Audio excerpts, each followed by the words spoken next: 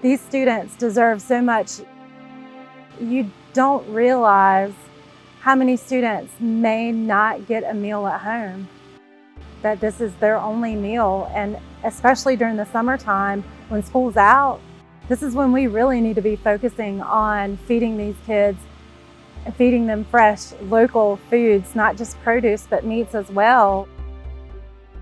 That's the whole purpose of summer feeding, is to reach children who may only be getting nutritious meals at school during the school year. And the other problem with that, unfortunately, is a lot of those families that are truly in that need also don't have reliable transportation. So getting into the neighborhoods is paramount.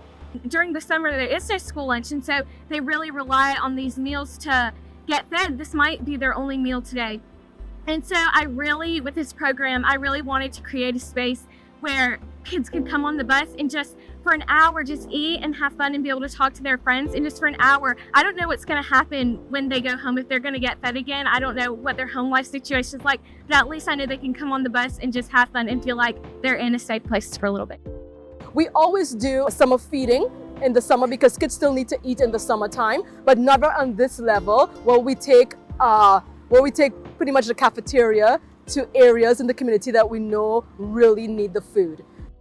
A lot of times people are trying to get, let's be quote unquote rid of the excess food they had in the school year. So they feed the kids, they're doing a summer feeding. It's to really sort of distribute some of the food that they had overage of. But we wanted to do above and beyond that. We wanted to still continue to offer, because in the summer months, you have a lot of things that are still growing. We have peaches in the summer that we normally wouldn't get in the school year, in the fall and in the winter. So in my mind, let's take advantage of that. We have, every day we have a fresh fruit, local, that's on the menu. You have watermelon, you have things like that on the menu that we wouldn't typically get in the school year. So offering those things in the summertime, that's grown in the summertime here in North Carolina, is part of the benefit of doing farm to school in the summertime. What keeps me going is actually seeing the kids walk up to the bus or run out from their house to get fed. Being at a school and them writing a letter to the lunch ladies saying, "Thank you so much for the great food today. You guys are the best." I mentioned to you I was a teacher, and knowing that not all of my students had food when they got home. So this to me is something meaningful and a reward. It's very rewarding to see children getting fed and knowing that they have a nice healthy meal and a warm meal.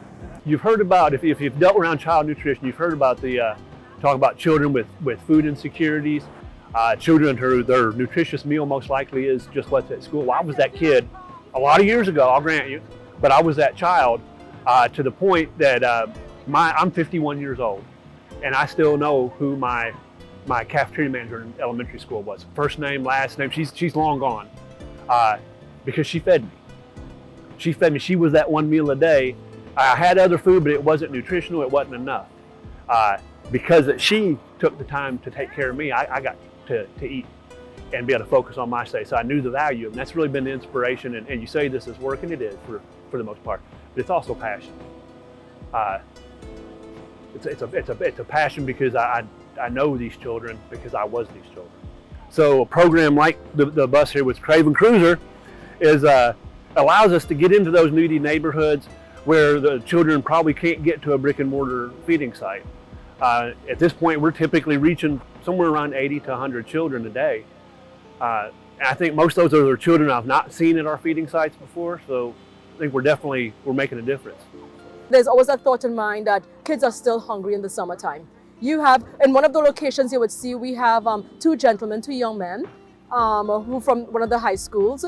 They are there waiting for us when we get there. They are there every single day waiting to be fed in the summertime. So in my mind, it just breaks my heart to know that we can reach every single child. If we could reach every single child that needed the food, I think my work will be over. But until that is done, then I still have lots of work to do. So where I would like to see this go, I would like other districts to jump on board, pardon the pun, but get on the bus and let's go feed kids. Let's go find kids that need the food and try to feed them.